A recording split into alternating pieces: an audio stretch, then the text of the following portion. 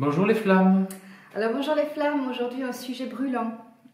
C'est le cadre de la flamme, mais un sujet brûlant parce que on avait envie de verbaliser tous les deux, avec deux profils à la base différents, verbaliser notre vérité par rapport à un sujet qui est très récurrent dans le cadre du processus de flamme, qui est celui du mensonge, de la manipulation et de la toxicité.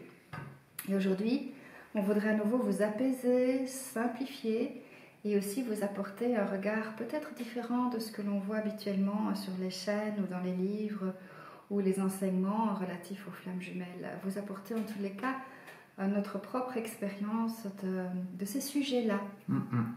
Sujet... Bonjour Tao. Bonjour Sandra, ça va? On est tellement pressés de plonger dans ce sujet qui nous tient à cœur que... Oui, c'est un sujet qui est presque essentiel, surtout à une époque où finalement, manipulation, on le trouve partout. Les publicitaires nous manipulent, les hommes politiques nous manipulent, n'importe quelle personne qui cherche un intérêt de notre personne manipule en fait. On est dans une société qui a érigé la manipulation comme un art. Il faut manipuler sans que ça se voie. Donc on va utiliser des ressorts inconscients, on va utiliser des désirs inavoués pour essayer de les remplir, etc. On est vraiment dans une société qui est bâtie sur le mensonge aussi, dans lequel on ne sait absolument rien de ce qui se passe vraiment en coulisses. En politique, on ne sait absolument rien. Dans les mondes, dans les sphères, dans les instances, dans les grandes entreprises, on ne sait pas du tout ce qu'ils font vraiment. On est au courant de rien en fait. On nous ment en permanence, on nous manipule et on vit dans un monde aussi qui est complètement toxique, dans lequel on a complètement détruit, et on est en train de détruire, pas totalement, et j'espère qu'on va se réveiller tous, mais la nature, donc la toxicité, on a tous des pensées négatives, on est toxique mentalement, on a nos mondes intérieurs qui sont aussi des mondes qui ne sont pas reconnus, et donc la nature qui est notre mère, qui est ce reflet, n'est pas reconnue non plus. On est dans un monde où en fait tous ces éléments-là se jouent de nous en permanence. Les enfants grandissent en étant manipulateurs autant que leurs parents sont manipulateurs inconscients. Ils mentent comme leurs parents mentent, ils sont aussi toxiques que leurs parents sont toxiques. Donc, le constat n'est pas forcément lumineux, mais il est surtout limpide, dans le sens où, dans le cadre de la flamme jumelle, on parle ici de véracité et d'authenticité. Cette forme d'authenticité demande une rencontre avec notre authenticité intérieure, autrement dit notre amour et notre cœur, notre âme. Et ces dimensions-là, qui ne sont pas du tout en droit de cité dans le monde dans lequel on vit, sont comme des bugs à l'intérieur d'un système qui fonctionne parfaitement sur manipulation, mensonge et toxicité. À l'intérieur de ça, on va en plus juger, mettre les gens dans des cases, on va les mettre manipulateurs pervers, on va les mettre dans... je sais pas, oui, il y a des milliards de définitions qui enferment d'autant plus les gens dans des cases encore plus discriminantes et destructrices. Pour une personne qui a souffert et qui cherche juste une rédemption, où est la rédemption possible quand on l'a mis dans une case et qu'on l'enferme pour ces raisons-là? Ici, on peut l'enfermer physiquement. Physiquement aussi. Alors, il y a certains enfermements qui peuvent être nécessaires, notamment pour éviter une personne qui n'a plus de repères ontologiques de faire du mal.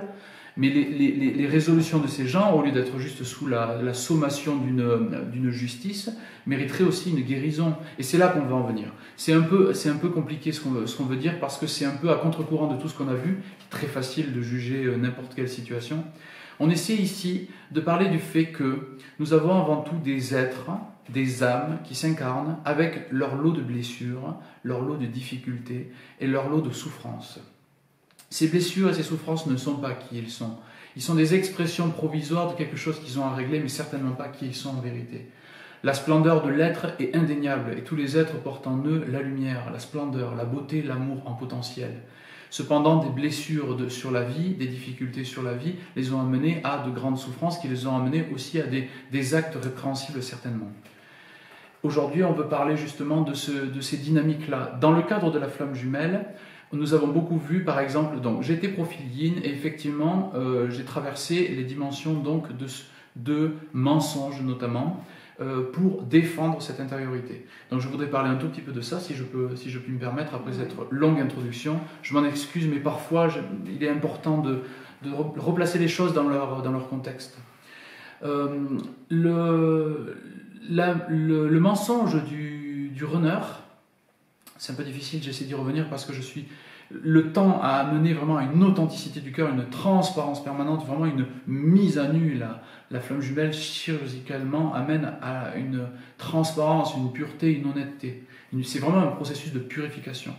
Mais dans les cadres de déviance, ou du moins de non-acceptation de ce chemin initiatique, spirituel et intérieur, le mensonge est venu pour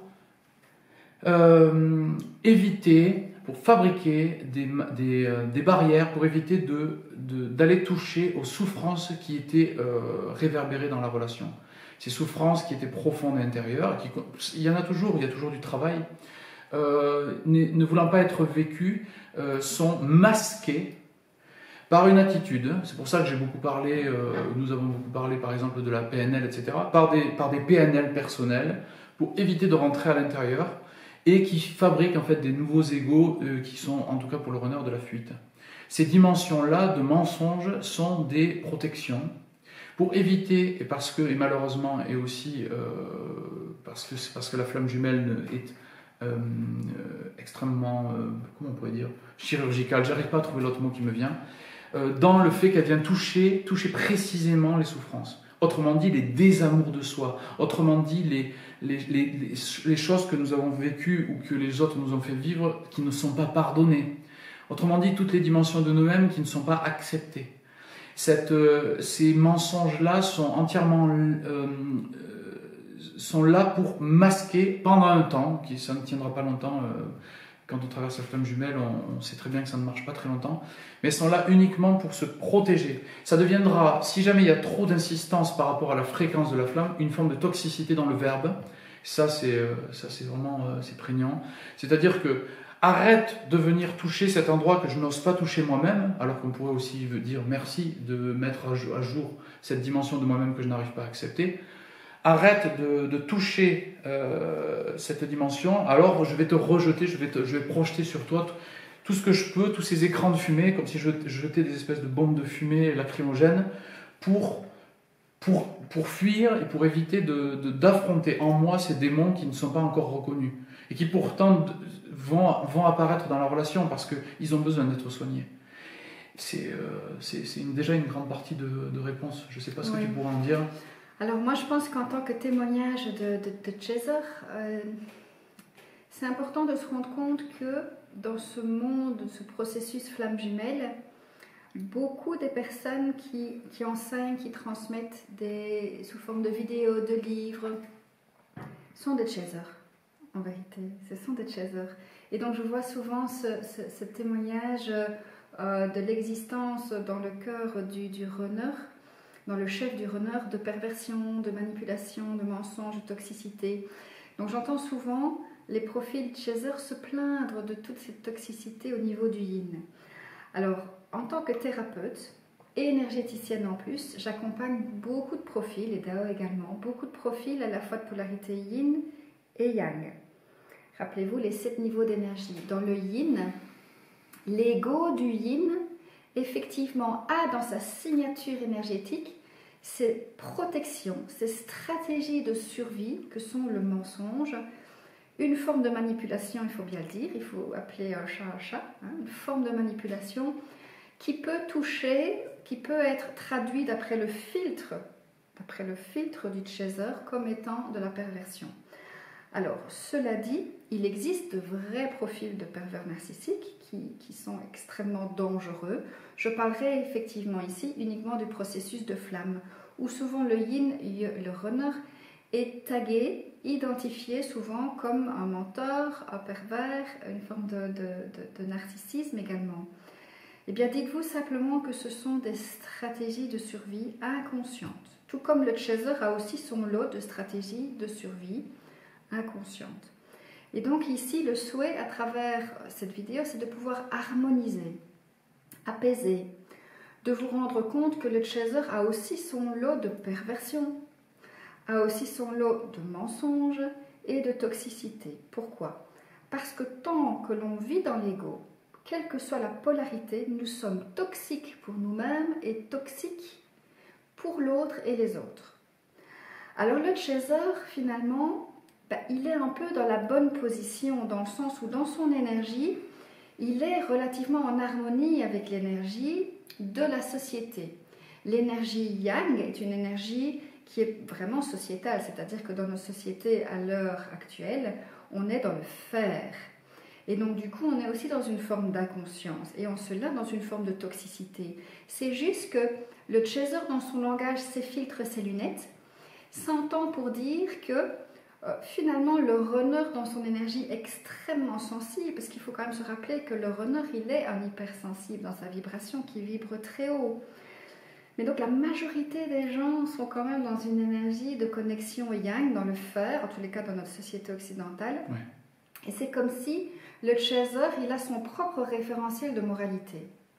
Et quand un chaser parle avec un autre chaser, un yang avec un yang, eh bien il passe beaucoup de temps à se plaindre des attitudes du runner. Mais en attendant, il ne travaille pas sur lui. Il ne se rend pas compte que lui aussi est toxique pour lui-même, dans ses jugements, dans son propre référentiel. Donc il faut quand même vous rendre compte qu'il y a des règles de moralité au sein desquelles on peut se plaindre, juger, se complaindre, mais en attendant, on ne travaille pas sur nous, chaser, on ne fait pas non plus le travail. Et en étant toujours penché à regarder et juger ce que le runner fait, fuit, ne dit pas ou dit qui n'est pas juste ou manipule, qu'on ne se rend pas compte que nous-mêmes, nous nous manipulons aussi à essayer toujours d'être penchés sur le runner qui fuit. Alors je sais que ce que l'on dit est à contre-courant, évidemment, de ce qu'on peut entendre, mais tant qu'on est dans l'ego, que l'on soit chaser ou runner, nous sommes toxiques. Nous portons des casquettes certes différentes de perversion, mais qu'on peut aussi, d'un point de vue neutre, nommer perversion. Est-ce que ce n'est pas une perversion que de toujours être en contrôle de son runner, de vouloir savoir où il est, avec qui il est, pourquoi il exprime cela? Est-ce qu'il est connecté à son profil Facebook? Est-ce qu'il est connecté à son profil Messenger? À quelle heure? S'il est connecté à cette heure-là, est-ce que c'est normal? Est-ce qu'il ne serait pas en train de discuter avec quelqu'un d'autre? Donc oui, dans la forme contrôlante, eh bien, s'il vous plaît, ayez l'honnêteté de vous rendre compte, chaser, que vous avez aussi beaucoup à faire et beaucoup à travailler. Et à nouveau, plutôt que de dépenser une énergie de contrôle, de jugement sur toutes les souffrances et les difficultés que le runner a à affronter, venez affronter vos propres peurs, qui en miroir, en opposition, sont également à l'intérieur. Tout le monde veut être dans un profil de flamme jumelle, mais moi je vois beaucoup d'ego dans la flamme jumelle, et j'ai été également pendant de nombreux mois, années, là-dedans aussi. Donc je pense que mon témoignage, pour non pas défendre les runners, mais remettre l'église au milieu du village, c'est-à-dire que quand vous êtes dans un jugement des perversions de votre runner, vous ne voyez pas vos propres perversions. Elles sont là en miroir. Le principe même de la flamme, c'est de voir en l'autre ce qu'il y a aussi à traiter à l'intérieur. Certes, à des endroits différents. La perversion du runner n'est pas la même perversion que le chaser. Le mensonge du runner n'est pas le même mensonge que le chaser. Mais cessons de nous mentir, cessons d'être toxiques par rapport à nous-mêmes. Alors j'entends aussi beaucoup de témoignages qui disent, si vous êtes, attention, si vous êtes dans une relation perverse, ce n'est pas votre jumeau. Pourquoi? Pourquoi? De toute manière, tout le monde a son jumeau et sa jumelle. Et il est bien possible, en fait, que vous taguiez de pervers votre jumeau. C'est vraiment quelque chose qui est récurrent. Dans le domaine des discussions des flammes, c'est un sujet qui revient, mais presque quotidiennement. Donc faites attention de ne pas vous éloigner d'une personne que vous taguez en fonction de vos filtres, de vos lunettes de pervers et de menteurs, et de passer effectivement à côté de votre vraie flamme jumelle. Donc, comment est-ce qu'on sait si on est dans le vrai, dans le faux? Si vous êtes dans une relation vraiment d'extrême toxicité perverse, ben, il se peut que ce soit quand même votre jumeau. Comment ne pas se perdre dans tout ça, dans tous ces questionnements? Comment ne pas perdre son énergie? Mais c'est toujours la même baguette magique, la même formule, la même magie. La magie, c'est quand l'âme agit. Revenez vers votre âme, revenez vers votre ontologie. Il y a des pratiques pour cela. La première chose, c'est de se rendre compte, en fait, qu'il faut arrêter d'être dans le jugement, qu'il faut, en fait, se poser une question très simple. Est-ce que je suis dans ma propre ontologie? Est-ce que je suis dans mon alignement? Et que vous soyez en présence d'un pervers qui n'est pas votre flamme jumelle ou d'un pervers qui est votre flamme jumelle, parce qu'il y en a bien sûr. Et encore une fois, tout est relatif. parce que ça va dépendre, Chaser, de votre propre niveau de conscience, de votre propre éveil, je dirais, de vos codes ontologiques intérieurs. Donc vous avez votre propre sensibilité, et encore une fois, taguer, identifier quelqu'un de pervers, eh bien ça renvoie au profil de victime. Il n'y a pas de pervers, il n'y a pas de victime. Donc vous voyez combien la masse de travail et de réalignement sur soi est énorme.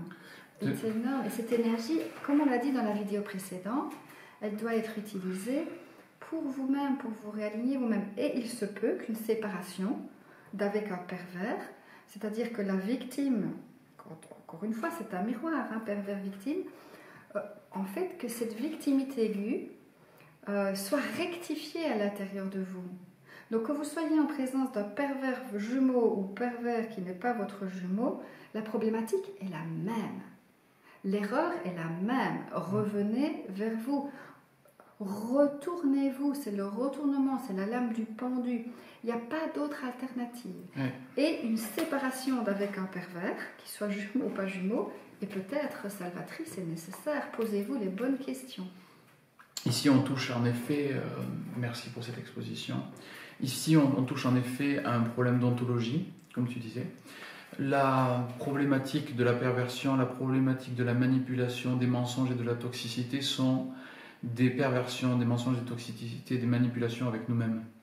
Tout ce qui va se dire à l'extérieur sont des objectivations, des formes extériorisées, à l'intérieur comme à l'extérieur, de nos problématiques.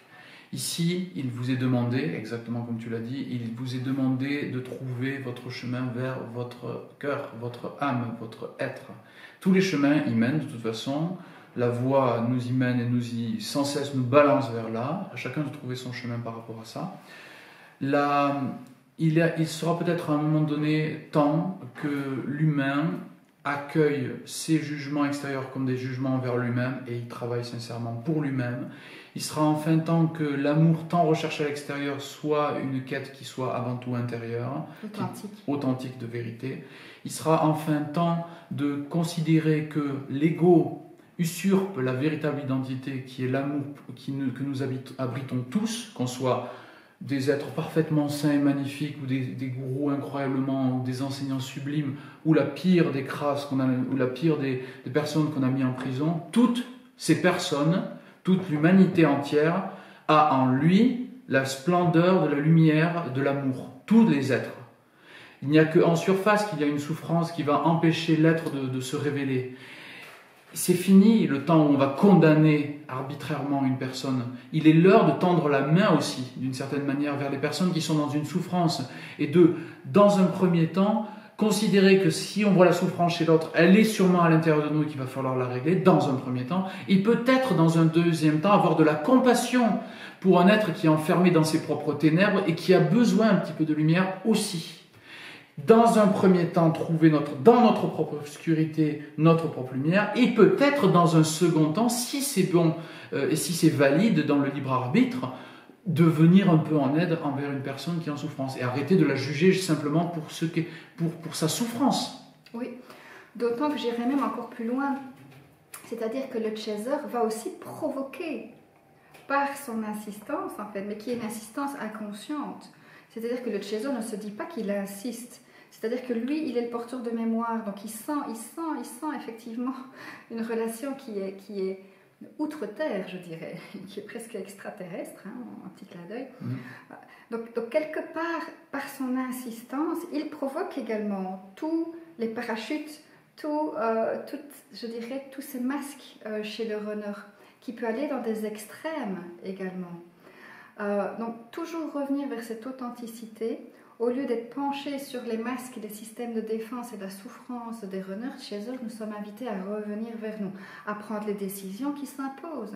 Si vous êtes dans une relation toxique, c'est pas pour ça que vous n'êtes pas en relation avec votre flamme.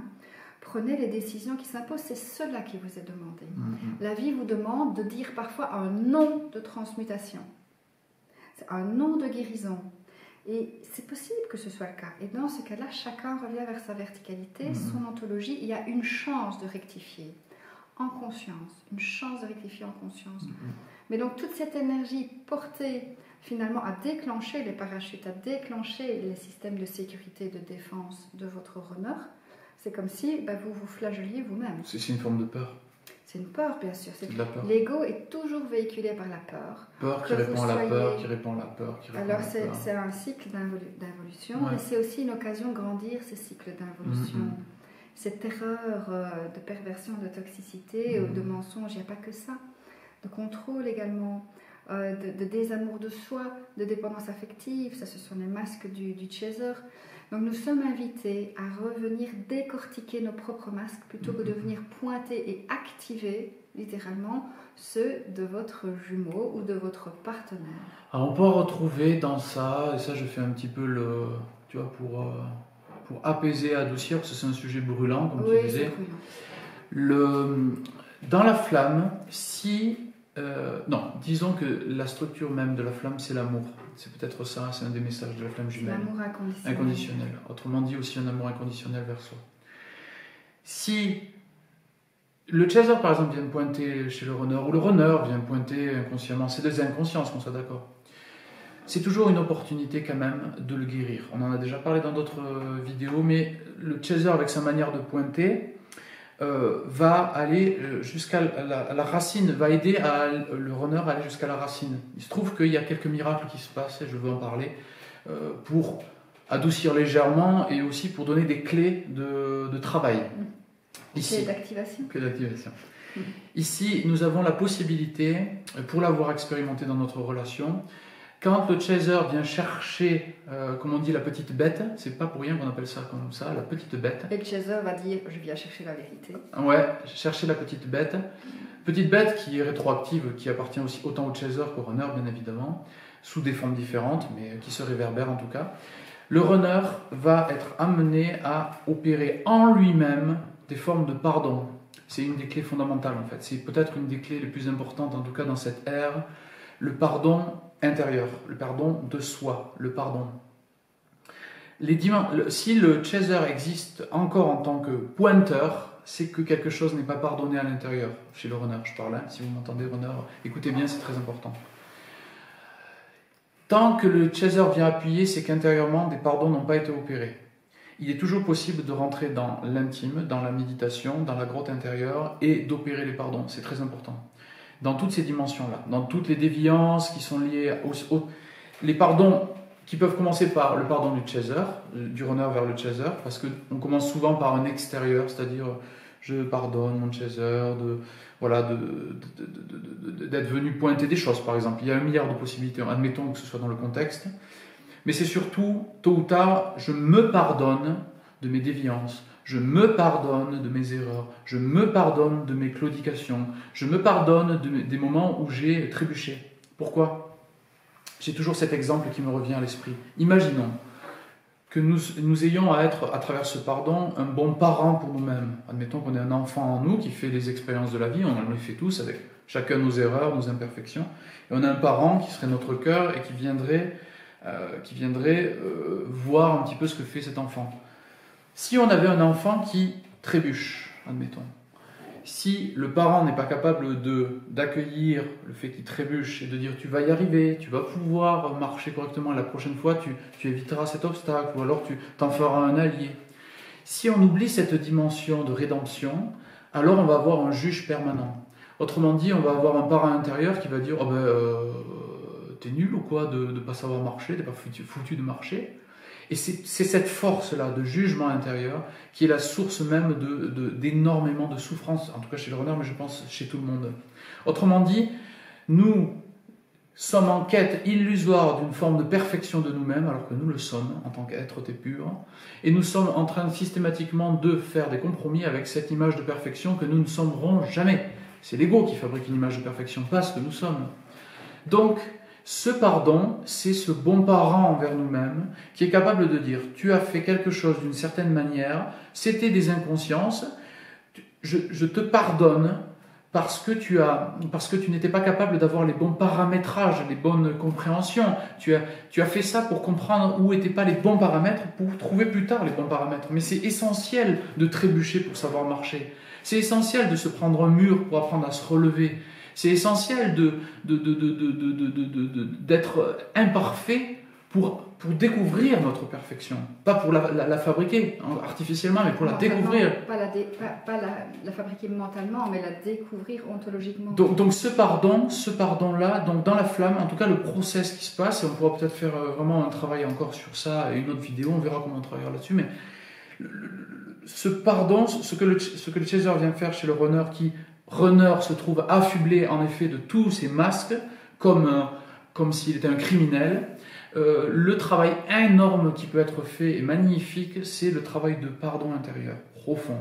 Quand le travail intérieur profond se fait et que l'énergie qui était dévoyée devient énergie de cœur et d'amour, soudainement l'harmonie se crée dans le couple. Autrement dit, on l'a déjà dit depuis le début, tout travail intérieur sincère qui est fait aide son jumeau. Aide son jumeau. Donc voilà, ça c'était vraiment le message, la petite clé, enfin à mon avis énorme, grosse clé considérable que le runner peut activer en lui, pour répondre à ton verbe, activer en lui afin que aussi dans leur relation il y ait plus ce débalancement, cette espèce de penchement, etc. Autrement dit, rentrer dans son cœur. C'est là que le runner va commencer à ce travail vraiment de rentrer dans son cœur, et à ce moment-là la relation va prendre une toute autre tournure. Alors ce que je trouve magnifique, c'est que dans ce cheminement, chacun des polarités en fait va articuler ce pardon. Donc le chaser a aussi à pardonner, mais aussi à se pardonner. Parce que lorsque on arrive à un certain niveau d'éveil et de conscience, on se rend compte dans la flamme, mais c'est vrai aussi pour tous nos frères et toutes nos sœurs êtres humains, mais particulièrement dans la flamme, parce qu'il y a vraiment cette connexion de cœur intense. Quand on arrive à un certain niveau de conscience, on se rend compte en fait que l'autre est soi également. Alors ça paraît évident d'un point de vue mental, on sait que le principe même de la flamme jumelle, c'est dans les deux polarités, une réunification des âmes au niveau d'une âme une. Ça paraît évident au niveau du mental, mais curieusement, dans le cadre du processus, lorsque l'on est plongé puissamment dans nos égos, on l'oublie. On l'oublie. On considère que le jumeau est un individu à part entière. Alors oui, physiquement, mais n'oubliez pas que ce qu'il est en train de traverser dans ses souffrances, c'est aussi ce que vous avez à traverser vous aussi, chaser. Et tant que le chaser, il aura son masque ou de sauveur penché sur l'autre pour l'aider, ou de bourreau, de colère, parce que quand j'entends effectivement les chasers parler de toxicité, de perversion, de manipulation envers le runner, il n'est plus du tout dans l'âme une. Ouais. Il n'est plus du tout dans le cœur. Ça aussi, c'est toxique finalement. Et ça aussi, c'est toxique. Ouais. C'est toxique pour lui. Rendez-vous compte tout ce que vous vous affligez, chaser, dans ce jugement de votre autre. De votre autre. Donc ça, c'est vraiment une clé d'amour et d'éveil. Rendez-vous compte, tout ce que le chaser, tout ce que nous avons, avant de nous réunifier, tout ce que nous avons à décortiquer d'abord à l'intérieur de nous. Mais c'est une masse de travail avant d'arriver à ce niveau de conscience, de se dire, en fait, de se dire que le chaser a aussi à activer le pardon. Le pardon de son runner, qui est votre autre. C'est d'être dans une compassion, en fait. C'est vraiment le cœur ouvert de se dire, mais enfin, tout ce qu'il est en train de traverser à travers cette manipulation, ces mensonges, toutes ces couches qui traversent de souffrance, c'est quand même important que le chaser puisse pardonner cela. Et en faisant cela aussi se pardonner. Parce que le chaser, il porte vraiment un jugement qui est extrêmement toxique pour la flamme. C'est peut-être lui, j'aurais envie de dire, le plus toxique des deux. Alors c'est vrai que selon les masques de la société, les critères de moralité, le runner a tous les torts.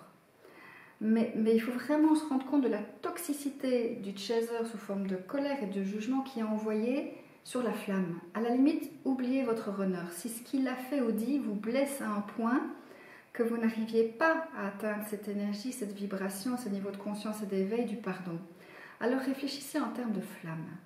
Peut-être ça va vous aider, chaser, à apaiser le feu de votre colère, votre courroux. Et dites-vous que tout ce jugement, en fait, vous le faites porter à la flamme.